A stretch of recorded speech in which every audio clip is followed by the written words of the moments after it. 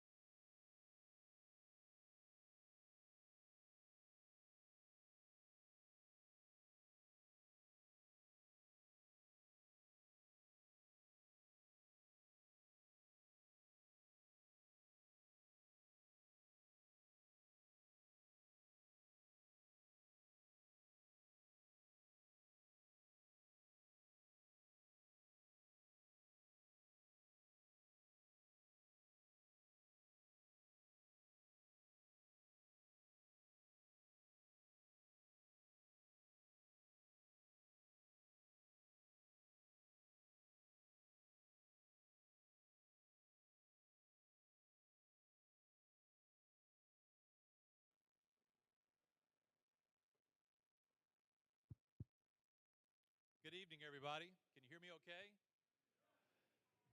We're going to have a special town hall discussion tonight. It's going to be lesson learned about something that happened on September 4th of last year, where the world changed forever, unfortunately, for several people in Winder, Georgia.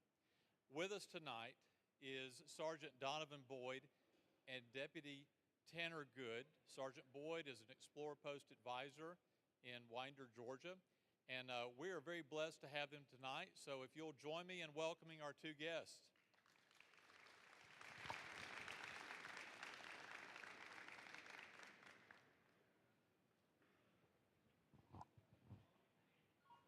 Thank you, sir. Wow. It is really bright, so I'm going to, a little better. So I am Sergeant Donovan Boyd with the Barrow County Sheriff's Office. This is Deputy Tanner Good, and we're going to talk about a couple of things, and then we'll open it up to questions. Anybody have any questions? That was supposed to be a joke. Come on, guys, work with me. All right. So there we go. I'll take the pity laugh. Appreciate it, guy. So for those of you that don't know, there was an active shooter at Apalachee High School in Barrow County, Georgia on September 4th, 2024. As far as what I wanted to kind of share was how important training is. So you guys and what you're learning as explorers is going to help you perform better when you're doing the job for real. So as the more you put into it, the better you're going to be. So for those of you who go and participate in the active shooter events, like that's good training that you're getting now. But when you get into this job, for sure, don't stop training, right? I'm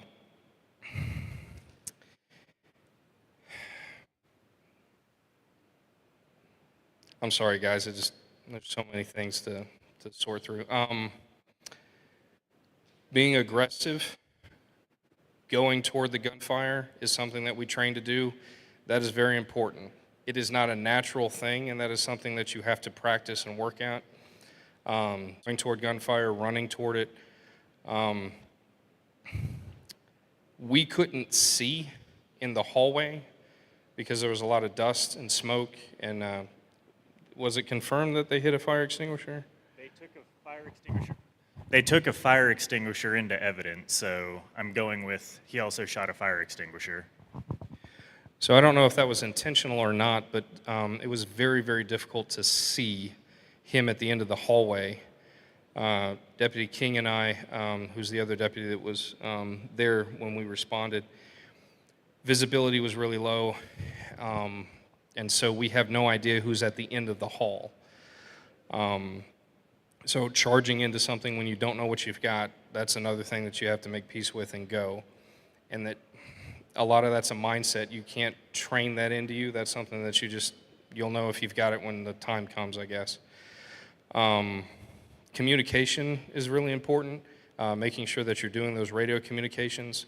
I know for me, when I was training our explorers to do active shooter, we try and make sure that they're knowing to get on the radio and communicate and let dispatch know, get other people there.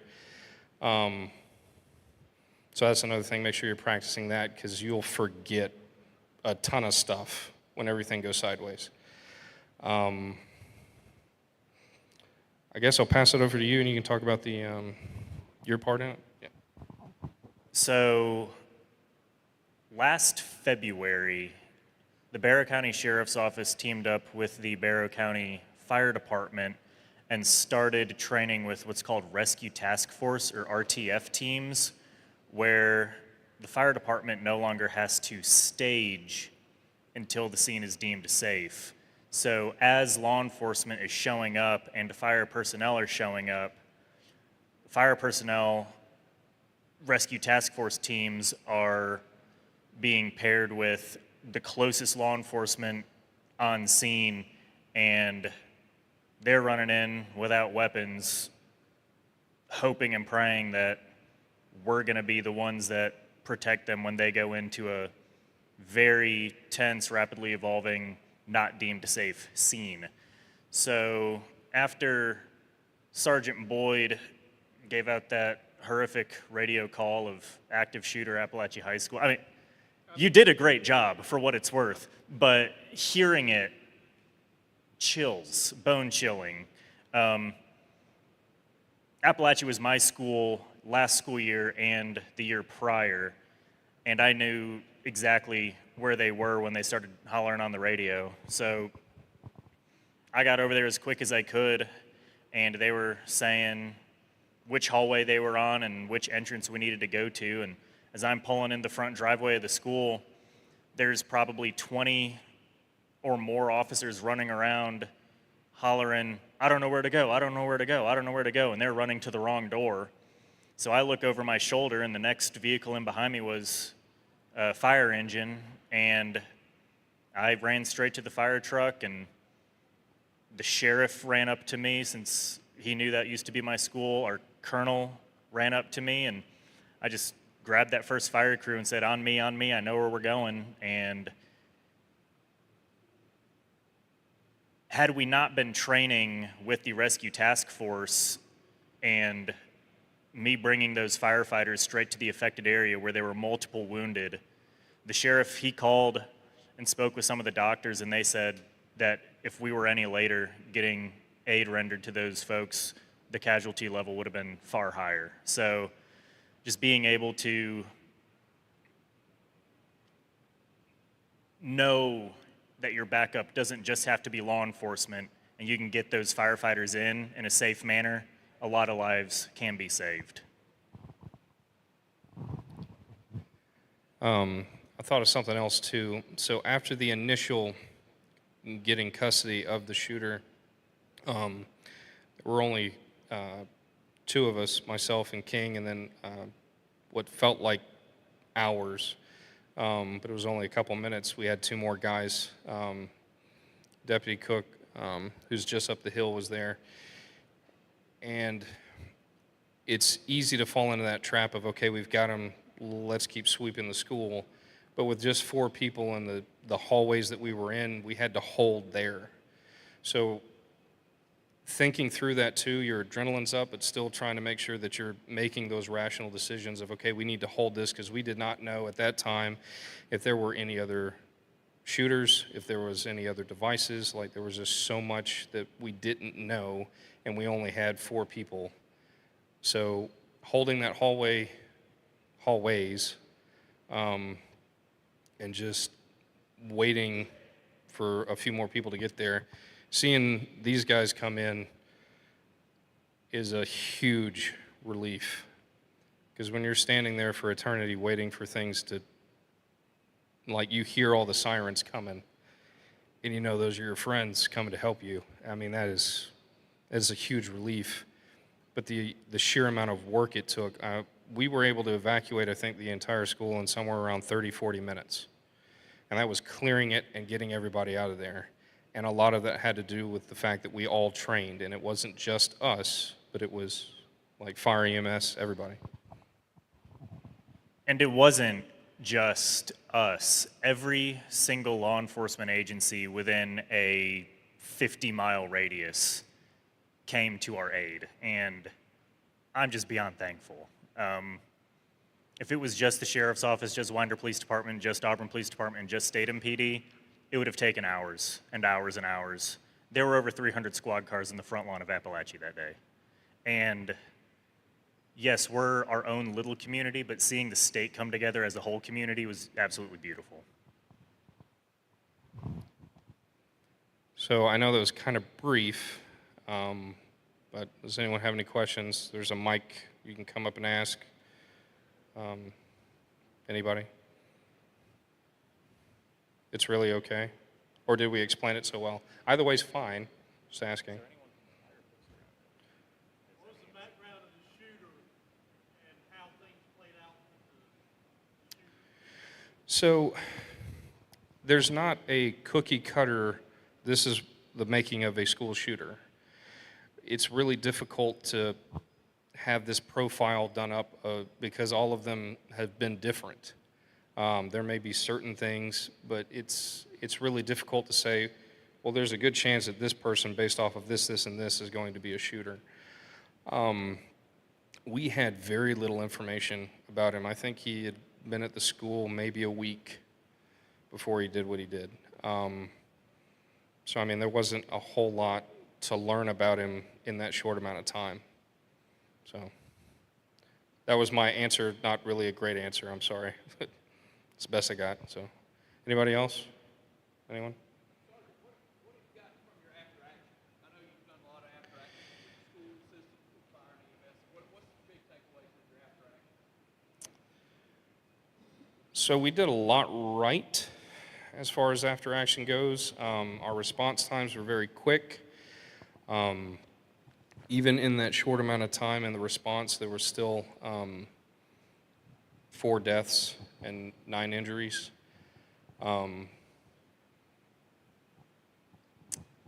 That part of it, the after action bit, is still kind of an ongoing thing, but as far as changes we've made in the school system, there's been a lot more communicating between us and the schools. Not that we didn't have that beforehand, but I feel like that's getting a little bit better over time. We've just implemented metal detectors at the high schools, and we're implementing those in the middle schools as well as a layer of protection. It's not an end-all be-all. And that, yeah, like he was saying, it's more of a deterrent. What people have to keep in mind is there's not going to be a one magic thing that you can do to prevent these things or fix these things or make it to where these things are not going to happen. Because schools are open campuses, whether we like to view it that way or not. Like, short of making them like miniature prisons, which is not conducive to learning, there's no good way to make it 100% safe. But I mean, that's something, it's still an ongoing thing that we're working through. We did get a smoke machine that our training unit has for us now, and so we actually did a run through of all the school resource officers for that, as far as being able to see what we saw. Yeah. They also purchased a blank adapter for NIR 15, so they could simulate live gunfire in a school building from different distances, different hallway angles and whatnot. Because yes, everyone knows what gunfire sounds like, but it is vastly different when it's muffled coming up 200 yards of hallway. Are there any more questions?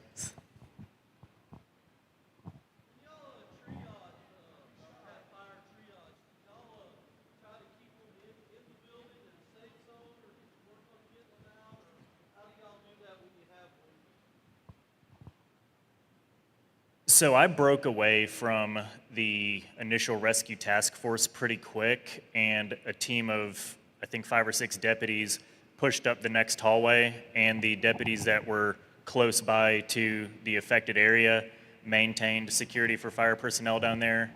So I do know that the first exterior window I got to, which would have been mere minutes from me arriving on scene, I saw people being carried out on boards. So it was very, very fast. So as far as triaging and tourniquets and patching up in the field, I'm sure that happened inside the school, but getting people outside and loaded up was very immediate. Is there any Barrow County firefighters here that partook in that could give better insight? Okay.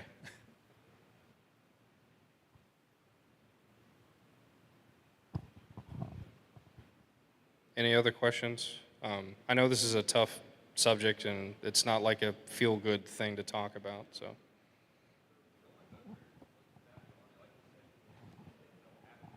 But after this, is there anything that you could say that we could train on better? Is there anything that we could do to possibly make our response even better than, like you said, you've been training on? So as far as training goes, what we train to do is to press in and get there. And whatever you have is what you have. So as long as I hate to give a cookie cutter answer, but as far as training goes, making sure that you practice till you just do it, making it as stressful and as realistic as possible. Having the sound of gunfire coming from a distance, it did not sound like we thought it was going to sound.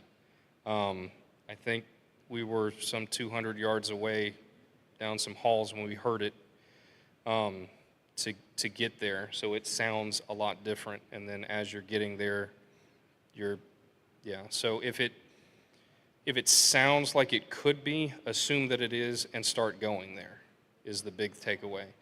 Again, communicating is important. Doing the RTI stuff. RTF, sorry. It's acronyms and I'm stupid. RTF, so you're getting med units in there and we're able to get people out and just doing it a lot. Like the training that we're doing as a whole, I feel like is great. We just need to make sure that we're taking it serious and doing it a lot. And then making sure that your schools are doing lockdowns and practicing lockdown drills. So like locked doors make a huge, huge difference. Making sure that it was eerie how everyone fell into that training as far as the school personnel and the students with being quiet, having all the doors locked. That's something I kind of think back on is just how eerily silent it was once we got him in custody. So, but it made it a lot easier for us to communicate with each other and do what we had to do because of that. So, good question. What was the weapon that the shooter was using? An AR-15 style. Yeah. For those of you who are wondering what AR stands for, it's Armalite Rifle, not Assault Rifle. That's not a thing. So, any other questions? Yes, sir.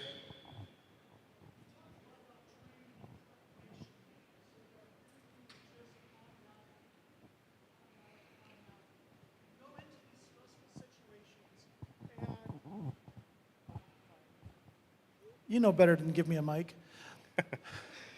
You go into these stressful situations and you react. You do the job. Mm-hmm.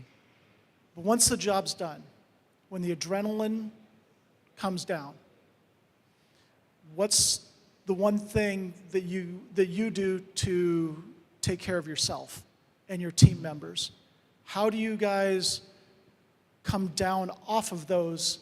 Because self-care is critical, and being able to recenter yourself for the next task.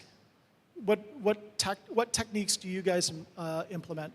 Absolutely, that's a great question. So, as an agency, we kind of did this big debrief in the school once we kind of did everything, and we all had to take turns talking with the GBI and that kind of thing.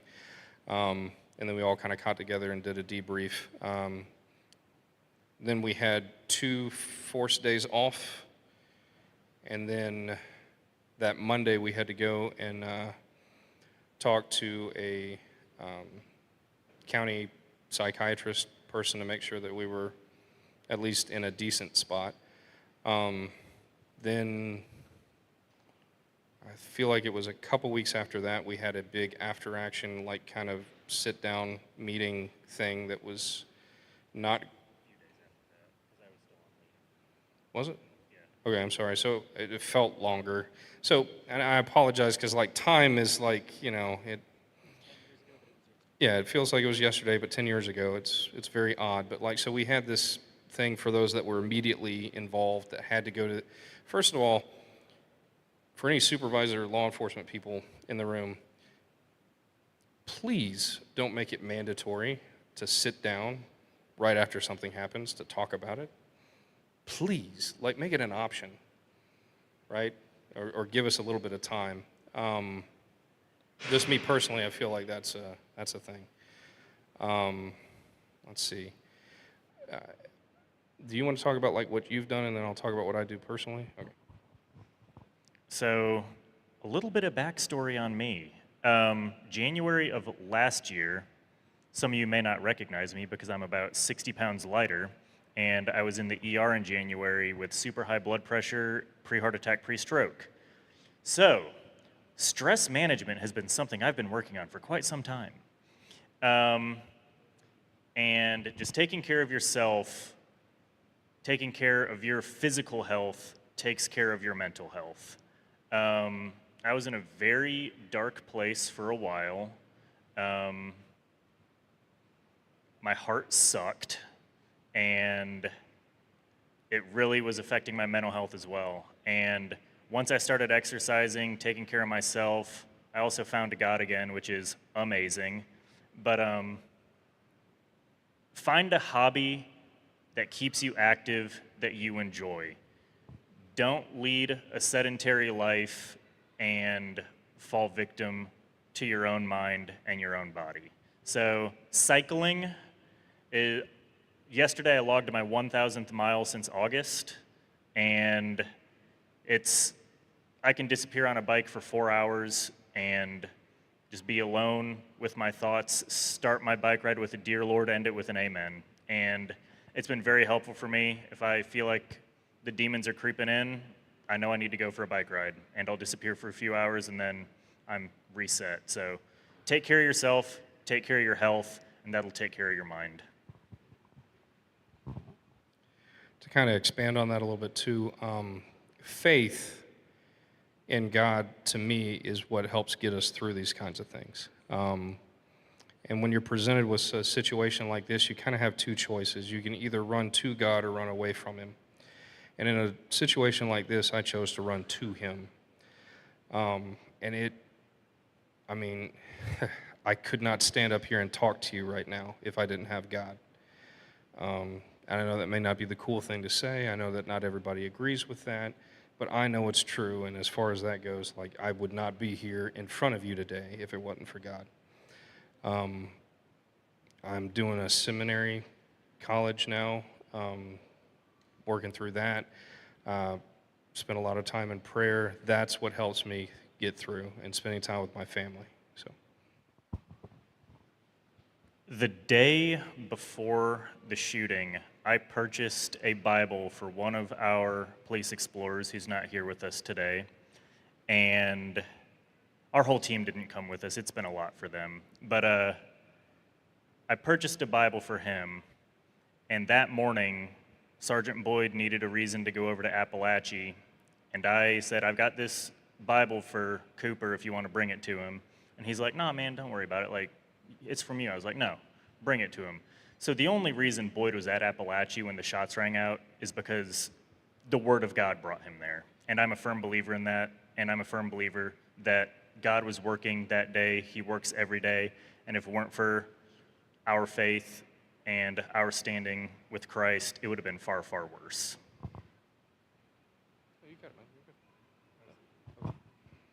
well said, buddy. Any other questions? Yes, ma'am. Hold on, I think he's going to bring you something so everyone else knows what you're asking. From a student's perspective, do you recommend that we stay in the classrooms and hide, or do you recommend getting out like a window or like into the lot? So we teach something called CRACE, which is Civilian Response to Active Shooter Events. And it's something that we teach in all of our schools, and I'm actually teaching it in some of the churches too. So you have three options. So you can hide, sorry, words are hard. You can hide, you can run, or you can fight. So if you're in a position where you can run. If you're in a position where you have to hide. And if all bets are off, fight. I hate to say this again, but there's not a cookie cutter answer for that, but like you have those three options, right? Whatever makes sense at the time is what you need to try and do, if that makes sense. But whatever your school is doing, I would stick to that. So, good question. Anyone else? Buddy? Hold on a second, he's got you. Have you felt like this incident has brought you closer? You were way louder without the mic. What happened? Have you felt like this incident has brought you closer to God? So, I like to think I was pretty close to him before. This just is a nice reaffirming of faith. So as far as how close or far away, I feel like it helped really solidify where I feel like I was, but that's a good question too. Anybody else? One in the back. Just come with the mic. I just want to say that I pray for y'all still. When the Apalachee did what it did, I was in the middle of the cafeteria at Liberty Middle School, and we was placed on lockdown. I started praying that everyone make it out safe and things like that. And I do thank the county and the police and the chief and the sheriff for escorting y'all, responding to that call then and there. We appreciate it. Thank you very much. All right, anybody else? All right, so first of all, twinsies. I got hospitalized January for blood sugar and blood pressure as well. Yeah. But I do have a question. When the school shooter was in the building, did he like go into the building when it happened, or was he in a classroom? Like, when, I guess? It was around 10 o'clock in the morning, and he was a student of Apalachee, so he was at school that day. Anybody else?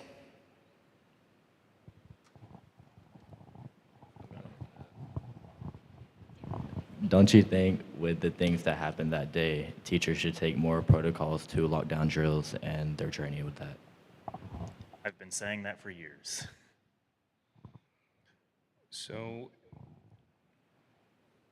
we should do lockdowns more often because it is far more likely for that to be an issue than a fire, because you're in a big concrete building and there hasn't been a fire where a lot of people have been seriously injured at a school that I know of. Fire guys, please correct me because it's not my thing.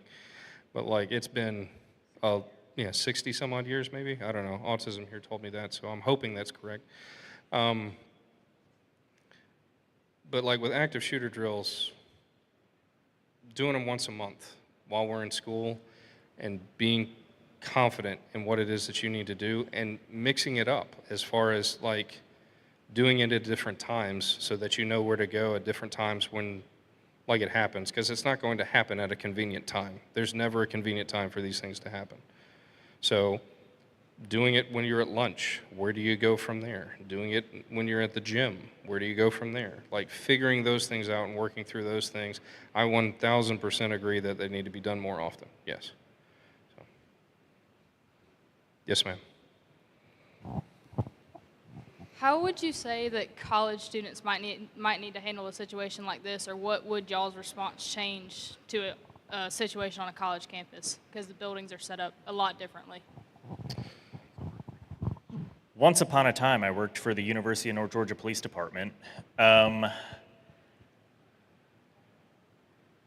police department held seminars with our training unit once a year at the beginning of the school year for students, because they're adults at that point, students, faculty, and staff to go and have a civilian response to active shooter events training, which is vastly different from how things are in a high school setting or middle school setting, because colleges you have a lot more freedoms. And professors don't always teach out of the same classroom every day. And it's tough to have the doors always locked because that teacher's always assigned to that room and whatnot, and all the classroom buildings are generally open to the public. Someone can walk in to have a meeting with someone at any given time. But just vigilance is key, because you can pay for 200 officers to work one college one day, but see something, say something. As a civilian, if you see something out of the ordinary, it doesn't hurt to notify someone. And vigilance is also free. So just keeping your head on a swivel and noticing things out of the ordinary and anything suspicious, notifying your university police department. We had an app called the Live Safe app, so if you didn't want to call 911, you could post on the app something like, hey, this looks out of the ordinary, can someone come check it out? And our dispatchers had that pulled up on their screen, and it was immediate. They would get a live safe notification, they would dispatch it out, and if it seemed urgent, dispatch would call the person who posted it because he had to leave a phone number. So just being vigilant as a civilian and recognizing things out of the ordinary and bringing it to the proper attention of the authorities. And then as far as response is concerned, we would all show up in force to take care of the situation the same way. But hunkering down, run, hide, fight, same applies. But if you can't get the door locked, barricade the door with desks and tables and chairs. So I hope that answered your question. Do you know how many of the teachers were Stop the Bleed certified during the incident? And if they weren't, do you recommend them getting Stop the Bleed certified? Do you know how many? I have no idea how many people are Stop the Bleed certified. I do know that they do run those courses through, like we go through and maintain our certs for that. I know that some coaches and teachers have that kind of training. I do think it's a good thing to have. I do think having small individualized kits, I'm not trying to plug the people over here, but the med people that have their gear right there, like if you're carrying around a small thing on your own, that's great for you. Get a couple extra things and then you can help other people. But like, so we're carrying tourniquets for us, and unfortunately we have to hold on to these for us, right? But having a couple extra where you can use them for other people is great. So I hope that kind of answered. Yeah. I can expand on that a little bit. All of the teachers are Stop the Bleed certified. Oh, perfect. I need to stand up and move around a little bit. I know you don't see me. That's kind of creepy. Maybe I'm hiding. Ooh, it's the Wizard of Oz. Yeah, Mm. I'm close. Almost. Oh, there you are. There it is. Yeah, it's the lights, man. There you are. Nice. So all of the teachers in Barrow County are Stop the Bleed certified, and the guys that responded that day are actually the guys that teach Stop the Bleed. So it was kind of a, and the guys that responded that day were also the same people that did the full scale scenario that you were talking about earlier. So there were 3 shifts, and it just happened to be the same group of people that had done the full scale scenario were the same people that responded that day. So it was a perfect scenario for that. Yeah, absolutely. All right. Anything else? Thank you for that. I had no idea, so that's awesome. Thank you. Anybody? All good? Oh, we got one. Where Yes, do sir. you think gun control needs to go to prevent incidents like this? Okay, so as far as this particular incident, there was absolutely nothing that gun control would have stopped. So the schools don't allow guns. So there's that. The weapons and things were not like stolen or illegally seized and that kind of thing. So yeah, the age of the person who did the thing wasn't old enough to have the things to start with. So none of that made a difference. So there you go. Anything else? All right. Before our guests leave, I wanted to share with you, first of all, my wife is a teacher, and we've been married 30 years. I had always taken for granted safety, despite the fact that we hear about it, it seems like way too often in the news, and I'm grateful for men like this. About an hour ago, I met 2 individuals who I thought were pretty good, humble guys. And now, 45 minutes, an hour later, I realize I just met 2 heroes, and I hope you know how much we appreciate all that you do. Deputy Good, you're Deputy Great.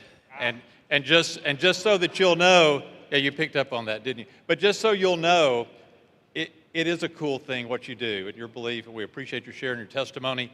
But Deputy Good, we've got a small token of our appreciation for your leadership and your dedication. And yes.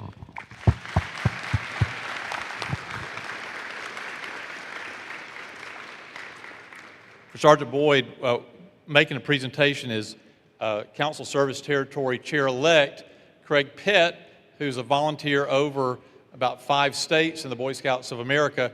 But we have a special presentation to you as a post advisor for your leadership and exceptional character. Thank you both.